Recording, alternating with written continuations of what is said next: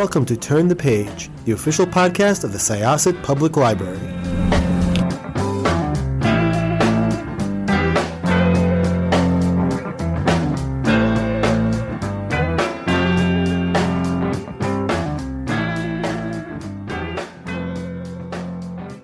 Hello, and welcome to Turn the Page, the official podcast of Syosset Public Library. I'm Jen, one of your hosts, and today I'm here with one of my very favorite film writers who has written a book about one of my very favorite actors. So I am, clearly very excited to dig into this book. Could I ask you to introduce yourself and your book, please? Sure. My name is Keith Phipps. I'm the author of Age of Cage, 4 Decades of Hollywood Through One Singular Career.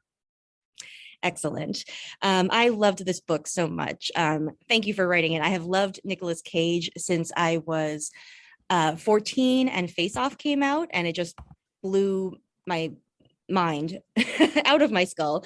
And I've, spent the time since then exploring his filmography on my own. And so before we get into the book, I would like to sort of take a long look at your career. You've been writing about movies for a really long time, and you've been doing so on some of my very favorite websites to ever grace the internet. And I was wondering if you could tell us a little bit about your writing career and how you got started writing about movies. Oh, sure. Well, at this point, it's like, where haven't I written for, I guess? But I started out, I wrote movie reviews in junior high. I took a little break for a while, went to college and that kind of thing. But I started out at the AD Club back when it was just the back pages of the print version of The Onion.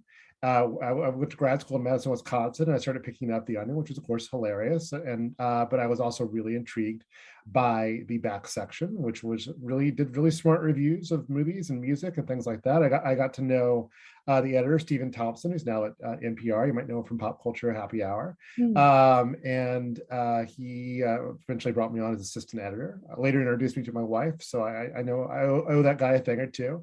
But I was there. I took over as editor in 2004. I was there till 2012. After that, I started a film site with Pitchfork Media called The Dissolve, which was, I really liked it. Other people liked it. It was short-lived, unfortunately, but I think we left, there's the internet equivalent of A Beautiful Corpse there if you want to visit it sometime.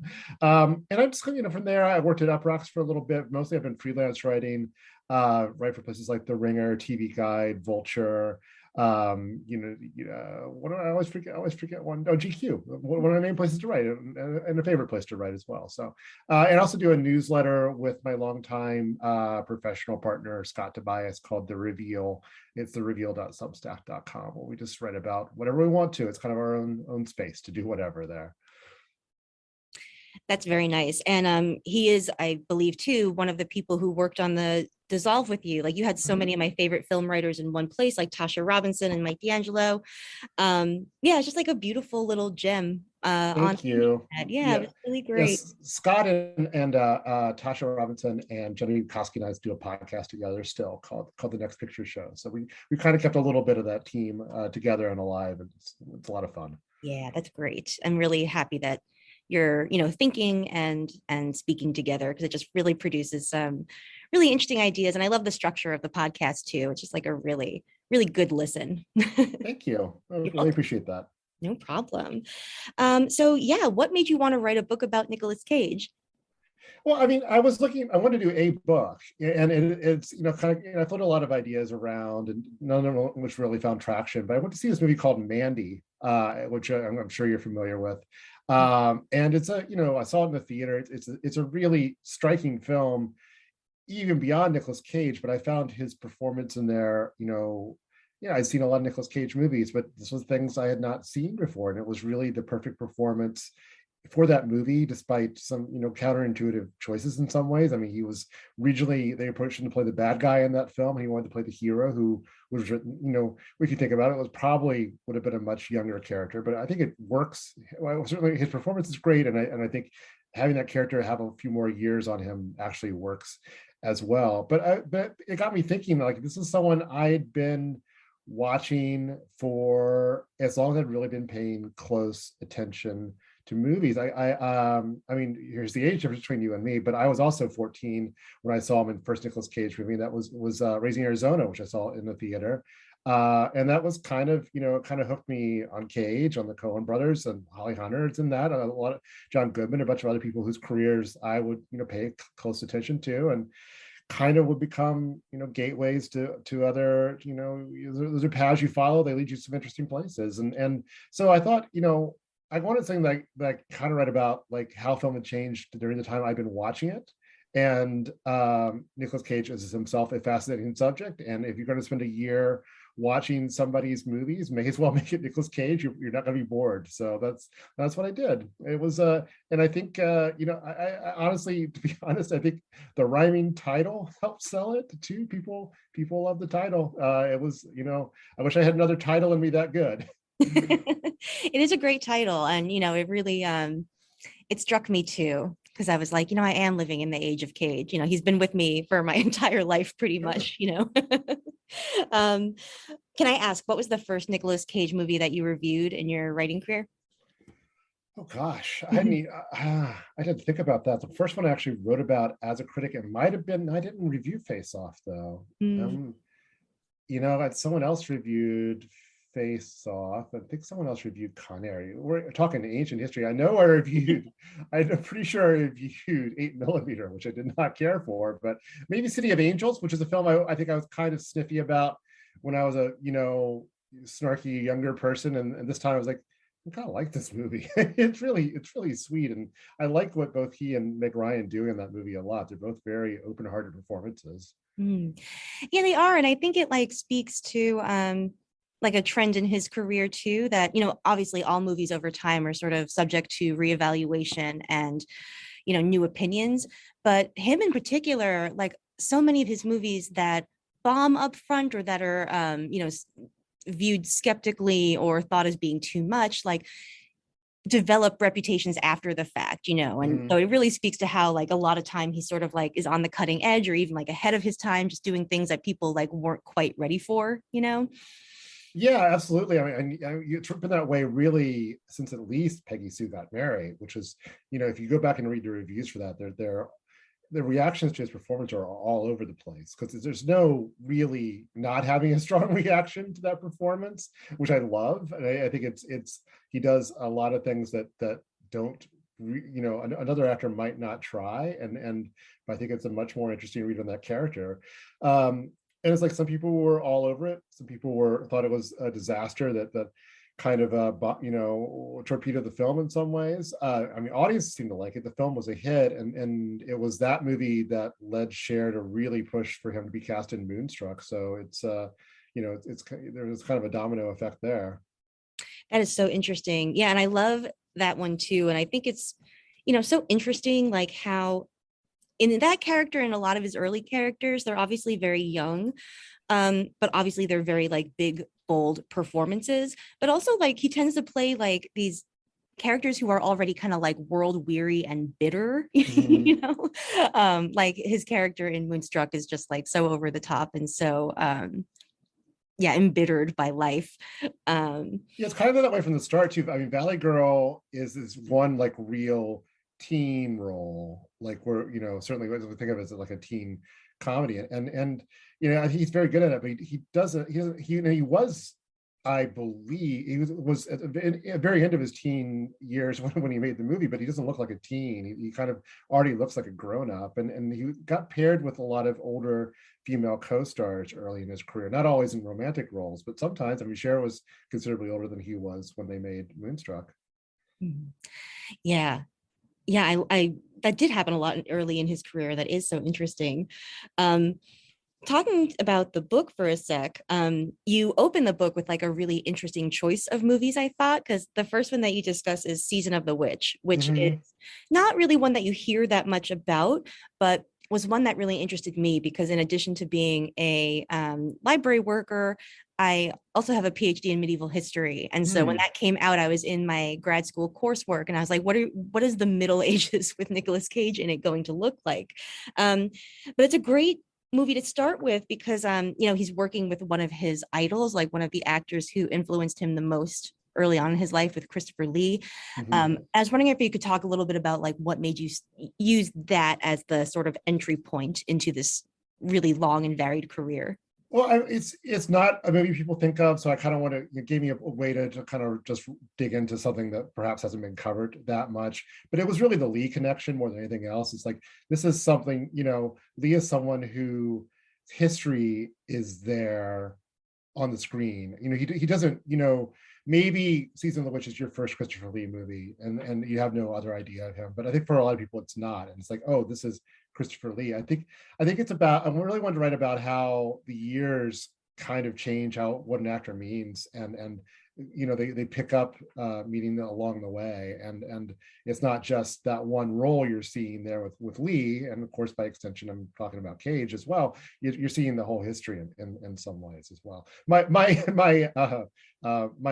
as terms of medieval stuff, that my first impression is like these perfect teeth really taking me out of the time period. To say nothing of his accent. I love Cage, but I'm not sure that medieval Europe is really an environment he fits into all that well. Yeah, it's really funny to consider because he does seem so out of place in that movie. And to Mhm. think about the fact that he passed up playing Aragorn in the Lord of the Rings series, like Season of the Witch is sort of forgiving because it's sort of goofy in some ways and kind of Sure. out there. So it can kind of like, it can have his like California presence in it and be okay. But Lord of the Rings would have been really weird with Yeah, Cage's energy. I keep thinking about. Well, I mean, if Season of Witch were like a little bit better, they could have kind of made a virtue of that. I think. I don't know. I think though. I think I can see him as Aragorn though. Like sort of like if you give him that Vigo's hair and beard, I think he could be that kind of hero. Although I don't know. I don't know that it's the best use of him though, and I think maybe he ultimately decided that as well. Hmm. Yeah, and I think that's a really interesting thing about his career in general is that he spends so much time making very considered, conscious choices about the sorts of projects that he's going to pursue, and Mhm. he does it for a while. Like you talk a lot about the trilogies that he does, and it's almost like he's kind of exploring like a particular genre or type of character for a little while that he then like puts aside and then takes up like a new sort of role or genre.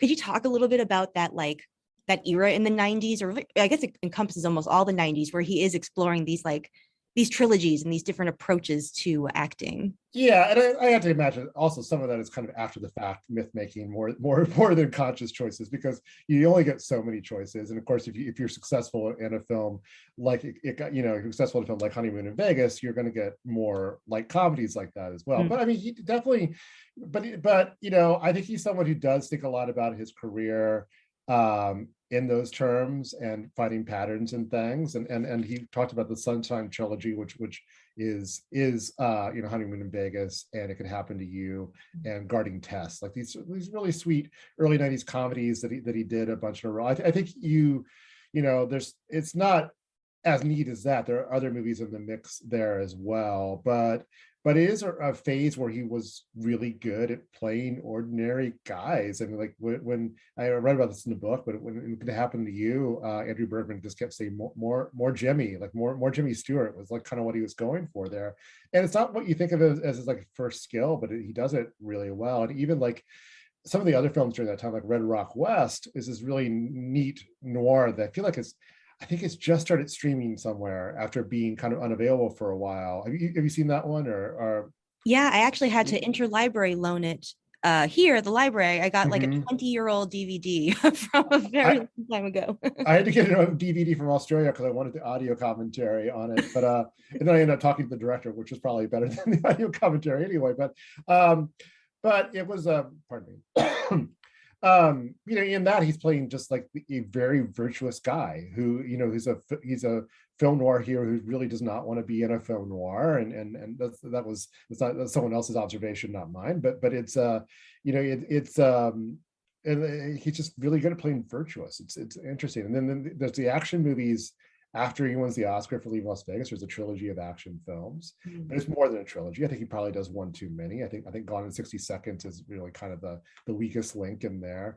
I have mixed feelings about some of the others, but you can't really argue that The Rock, Con Air, and Face Off all made a deep impression and have endured. And people enjoy those. Face Off is, like you, Face Off is my favorite, and I feel like it's the style of action filmmaking I prefer to Michael Bay style. But I came to appreciate that a little bit more doing this project as well. But yeah. And I think The Rock is particularly interesting because you could sort of see his character as like still has some of those like nice guy, out of place, doesn't want to be in the genre film that he is in currently. Because Stanley Goodspeed is just like this nice guy. He's like a scientist who doesn't want to be in an action movie, you know. So he's a nerd. I mean, Yeah. he can't even say a proper swear word for most of the Yeah. which is part of what makes it amusing. And those feel like Cage ad libs or improvs or additions too as well. I know he spent a lot of time helping shape that character as well. But yeah, I think that's what makes that is what gives the film his neat chemistry is his resistance to being an action hero playing opposite Sean Connery as sort of this crypto James Bond character. It's fun. I find it at the time I saw it, I found it like just so overwhelming and pounding with its action. But now I feel like that style has been done so much more poorly over the years, and it kind of looks downright kind of classical in a way. Yeah, it really does. Like it seemed so big at the time, and now it seems small scale Yeah, compared to some of the action movies being made. it's relatively restrained. Yeah, absolutely. So that's all. Like I love that part of his career, but that's when sort of things start to take a nosedive for him, like pretty shortly after that. And one of the things that you do really well in this book is you illustrate how different trends and developments in Hollywood and filmmaking shaped his career, but then he's also making these conscious choices that sometimes are feeding into audience demands and expectations, and sometimes are like working against them in some serious ways. I guess what's really interesting is that is it the early aughts? Is that when his sort of personal troubles sort of begin to take over the conversation from like his artistic career, or starts to overshadow it? Or yeah, well, I think a few things are going on. I mean, every there's just sort of a habit of people becoming everyone's favorite until they're not, and I feel like it's at that point there was a sort of a turning of the tide in some ways, where it's like maybe we've seen Nicolas Cage too much, and that stuff's kind of hard to control and fight. Plus you get into things like all the rumors swirling around his relationship with Lisa Marie Presley, and kind of the private life kind of starts to overwhelm the work in some ways. But some of my favorite movies of his are from the aughts, and I feel like some of them are justly lauded then and now, like Adaptation. And I think in terms of action films, I do think the National Treasure films are a lot of fun. I got to watch this with my daughter writing this book, which was nice. I'm not going to show her Leaving Las Vegas, so but I can show her National Treasure. But there's also it's harder to find the patterns you're talking about there too, because it is kind of like trying one thing after the other, and some of the more ambitious ones like Lord of War and The Weatherman just don't hit, and like the question then becomes, is Nicolas Cage's name alone enough to open a movie? And the answer seems to be not every movie, but it's at the same time, it's when really, the mode we're in now with big budget filmmaking kicks in, where it's like, if it's not a franchise, if it's not a superhero or recognizable franchise, it's not a priority in some ways. And he was almost Superman. It's quite famously, and that's kind of one of those sliding doors moments in his career, and really kind of, I think, in superhero filmmaking, because what happens if that movie gets made? Does everything that followed after that superhero wise happen the way it does? Probably not. But his one toehold in that world is Ghost Rider, which is not great. And kind of like in this weird in-between period where people thought superhero movies were over, and then the next year Iron Man and The Dark Knight come out too, but it felt like he was catching on the end of something rather than the middle of something. So yeah, it was funny though, when I talked about this book with my daughter's class, that was the one movie they all knew him from, because all the kids will just you're Marvel completists. You're going to chase down every Marvel movie, and that's one of them. That's fascinating. I didn't know that it was considered part of like the It's Marvel officially canon. not part of the MCU, but Yeah. no, but nonetheless, it's there. But I guess that is like the moment at which a point that you make in the book is that like we're in this moment now where yes, franchises are more important than stars. And I think that is really illustrated with like the difference between like Ghost Rider, which was very much about like Nicolas Cage playing this role that he wanted to play for a really long time, as opposed to like with the Avengers and like, Robert Downey Jr., like the star is Iron Man, not Robert Downey Jr., Sure. So, yeah. So what I really appreciate about the book is that it's like extraordinarily up to date. It covers like all of his 2021 releases, which are Mhm. like of incredibly varying tones and and genres. What did you think about his 2022 release, The Unbearable Weight of Massive Talent? I thought, I was I fretted over that movie because it was announced like as I was first starting to write the book. And I'm like, well, this sounds like it's kind of the same thing in some ways, or what if it's bad? I don't know. I'm not sure anyone worried about that movie as much as me, who wasn't directly involved in that film. But it was a lot of fun. I mean, I read the screenplay before as I was writing the book. I had not seen the film yet. It came out as the book came out, and which is a nice little coincidence. It was I thought it was smart about his career in some ways. I think it's a really savvy performance where he kind of gets to, he's not the butt of the joke, but he can be self-deprecating. You get to like kind of play against like sort of the public perception of him as being down on his luck and hard up for money, which it doesn't seem to be particularly hard up for money anymore. But in a way that's also kind of emphasized, like, hey, this is he's actually really good at what he does. I mean, it makes you kind of, I think, I think it sort of. I'm not sure the movie itself was not a runaway hit, but those who saw it in the publicity around it was kind of a reminder, like, maybe we miss Nicolas Cage starring in movies. I think it's I had a good time with it. Yeah, I agree. And this might be a little bit like abstract or out there, but it also feels like him sort of like reclaiming the narrative of his career a little bit. Sure. Like, yeah, I'm in on the joke and like, and I'm back. And it coincided with this like big press tour, and he had like, I think he did his first like late night show in like 15 years or something like that. Yeah. And he sort of is, receiving this new appreciation as this guy who does really out there things and makes wacky acting choices, but who is actually like presents now as very down to earth and very kind of like zen and accepting of like the wild ride that has been his career, so it's kind of like I mean, obviously some of the stories are true. I mean, he did buy dinosaur skulls and all that. I mean, but at the same time, he's a bright guy. You read interviews with him, he's very thoughtful about his process, and like there's some stories of him like being difficult very early in his career. Moonstruck was apparently a very unpleasant shoot in some ways, but after a certain point, it's always super professional guy, shows up, does the work, knows lines memorized, has thought everything through. So I mean, I think he takes it's funny, you see his Oscar acceptance speech for Leaving Las Vegas, and thing he emphasizes, like, I know it's corny, but I just really love acting, and I really do think that's kind of at the heart of what he does a lot of the time. Mm-hmm. Yeah, I think he really loves it, and he just does like he doesn't really stop, and I hope that we keep getting 2 to 3 movies from him for for a while, a year. Did you happen to read his AMA, because he did some really interesting like answers to various like people's questions. The one in particular that really struck me was when somebody asked him like, what is it like being a meme?